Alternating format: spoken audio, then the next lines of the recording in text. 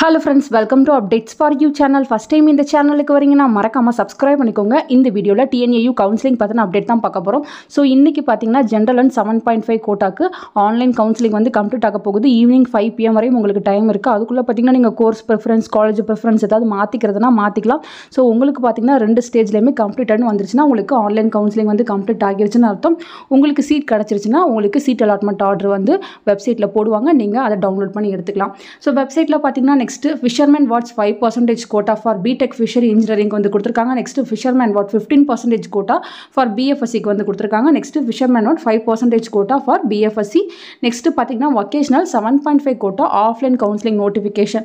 So இந்த மாதிரி ரீசன்ட்டா இத்தனை நோட்டிஃபிகேஷன் வந்து வெப்சைட்ல வந்து ஷோ ஆகுது.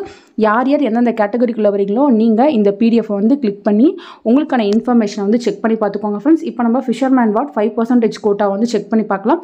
செக் பண்ணா உங்களுக்கான PDF வந்து ஓபன் ஆகும். ஸோ டேட் அண்ட் வென்யூ வந்து கொடுத்துருக்காங்க. உங்களுக்கு பார்த்தீங்கன்னா 28/6/2024 10 AM அண்ணா ஆடிட்டோரியம் TNAUல வந்து நடக்க போகுது அப்படின்ற இன்ஃபர்மேஷன் கொடுத்துருக்காங்க. நீங்கள் சர்டிஃபிகேட் வெரிஃபிகேஷனுக்கு போகிறீங்கனாலும் சேம் இதே ஆடிட்டோரியத்தில் தான் உங்களுக்குமே வந்து நடக்கும்.